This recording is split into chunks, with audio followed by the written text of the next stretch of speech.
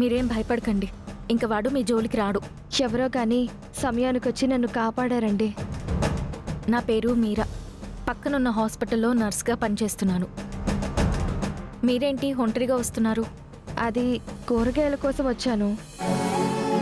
వాడిష్టం వచ్చినట్టు మాట్లాడాడు. వీధిలో కుక్కలు ఇష్టానికి మురుగుతాయి. అలా అని చెప్పి మనం భయపడకూడదు. ధైర్యంగా ఎదుర్కోవాలి.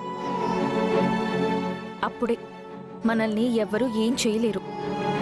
మీరు మాట్లాడుతూ ఉంటే అచ్చం మా వదిన మాట్లాడినట్టుందండి.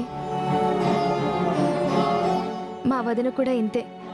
తనకెన్ని కష్టాలు సమస్యలు ఉన్నా ధైర్యంగా ఉంటుంది, ధైర్యంగా ఎదుర్కొంటుంది. అలాగే నాకు కూడా ధైర్యం చెప్పేది. కానీ కొన్ని పరిస్థితుల కారణంగా మా వదిన మా ఇంటికి దూరం అయింది. చూడండి, మీరు కష్టాల్లో ఉన్నప్పుడు కాపాడ్డానికి మీ వదినో లేక నాలాంటిదో రాదు.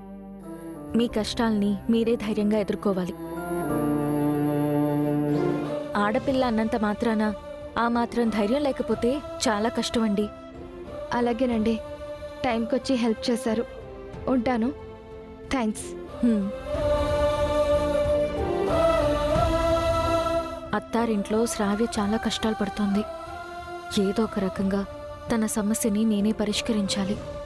తనకి ఏ కష్టం రాకుండా చూసుకోవాలి. ఆ బాధ్యత కూడా నా మీదే ఉంది.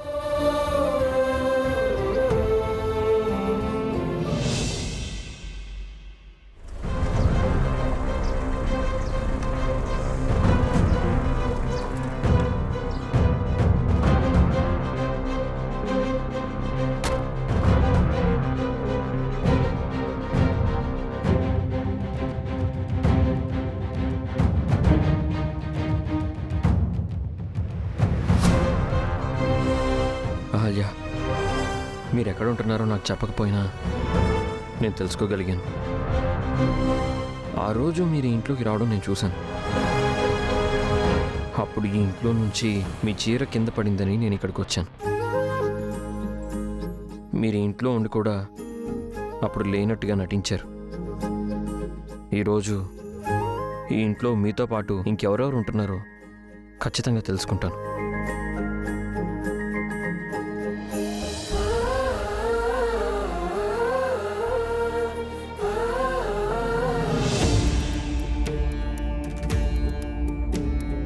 అన్నయ్య వాళ్ళు వచ్చేసినట్టున్నారు.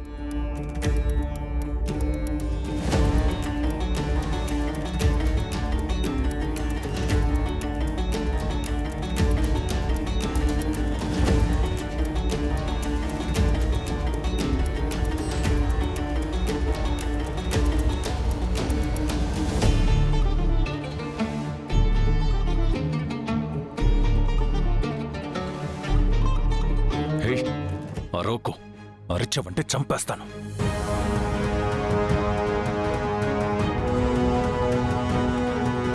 ఇంతకు ముందు ఇంట్లో ఎవరూ లేనప్పుడు ఆ ముసుగు మనిషి వచ్చాడు. మళ్ళీ వాడే వచ్చుంటే అసలు వచ్చిందెవరో చూడాలి.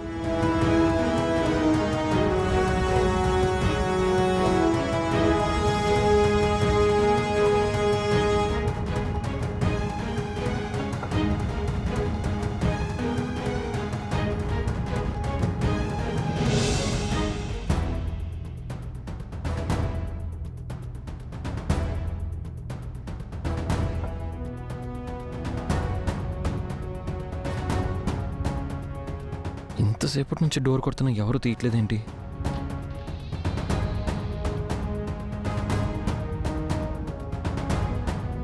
సార్, మీరేంటి సార్ ఇక్కడ? నన్ను లోపలికి రానిస్తారా లేదా ఇలాగే బయట నుంచోబెట్టే మాట్లాడతారా? అయ్యో సారీ సార్, లోపలికి రండి.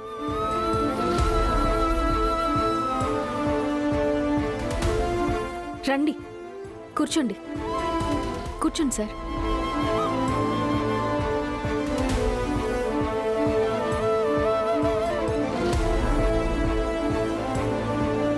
ఏం తీసుకుంటారు సార్? Coffee, tea? ఏం వద్దండి. అచ్చరా మీరా గారు, మీరు ఇంట్లో కూడా నర్స్ గెటప్లోనే ఉంటారా? లేదు సార్, ఇప్పుడే హాస్పిటల్కి వెళ్దామని రెడీ అయ్యాను. ఈలోపు మీరు వచ్చారు. ఓ, అవును, నేను ఈ ఇంట్లో ఉన్నట్టు మీకెలా తెలిసింది? తెలుసుకున్నానండి. మీరు లాస్ట్ టైం ఈ ఇంటికి రావడం నేను చూశాను. ఓహో, అవును. ఏంటి సార్ ఇలా వచ్చారు? ఏదైనా ప్రాబ్లమా? బాబు ఏమైనా ఏడుస్తున్నాడా? అదేం లేదండి. మీరు వచ్చి వెళ్ళిన తర్వాత మా ఇంట్లో వాళ్ళందరూ మీ గురించే మాట్లాడుకుంటున్నారు. ఐ స్వేర్ మీరా గారు, మీ పంజాబీ భర్త గురించే మాట్లాడుతున్నారు. నేనైతే మీ పంజాబీ భర్తలాగా వచ్చి బల్లె బల్లె అంటూ ఏదో కవర్ చేస్తాను. కానీ ప్రతిసారి అలా కవర్ చేయడం కష్టం కదా. అవునండి, ఈరోజు సరైన టైంకొచ్చి కాపాడారు. కానీ ప్రతిసారి అలా చేయడం మీ వల్ల కూడా కాదు కదండి. అందుకేనండి మీ భర్త గురించి తెలుసుకోవాలని వచ్చాను. అసలు మీ భర్త ఎవరు? ఎక్కడుంటారు? దయచేసి ఆ విషయాలన్నీ అడగకండి. కొన్ని కారణాల వల్ల నేను నా భర్తకి దూరంగా ఉన్నాను. సమయం వచ్చినప్పుడు నేనే మీకు చెప్తాను.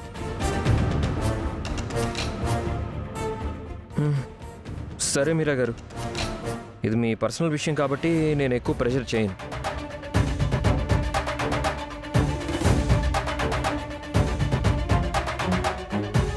అవును, ఇంతకీ మీ ఇంట్లో ఎవరెవరు ఉంటారండి?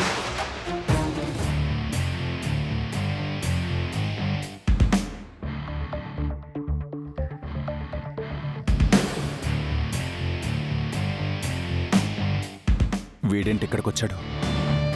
ఎందుకు వచ్చాడు? ఇది బెనర్జీ అన్నయ్య వాళ్ళ ఇల్లు సార్.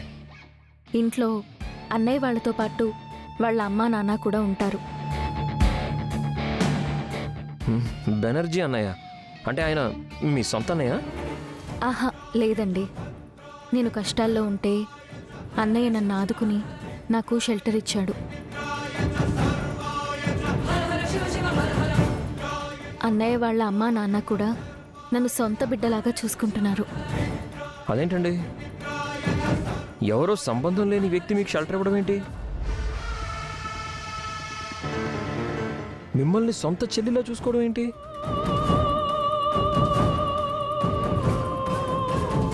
ఇదంతా స్ట్రేంజ్గా ఉంది. అదేం లేదండి, అన్నయ్య చాలా మంచివాడు. పిన్ని బాబాయ్ కూడా చాలా మంచివారు. ఓ ఆ, అవును, ఏరండి, ఇంట్లో వాళ్ళందరూ ఎక్కడికి వెళ్ళారు? అది అన్నయ్య పిన్ని బాబాయ్ బయటికి వెళ్ళారండి. ఒకసారి మీ ఇల్లంతా చూడొచ్చా? ఆ, రండి. పదండి.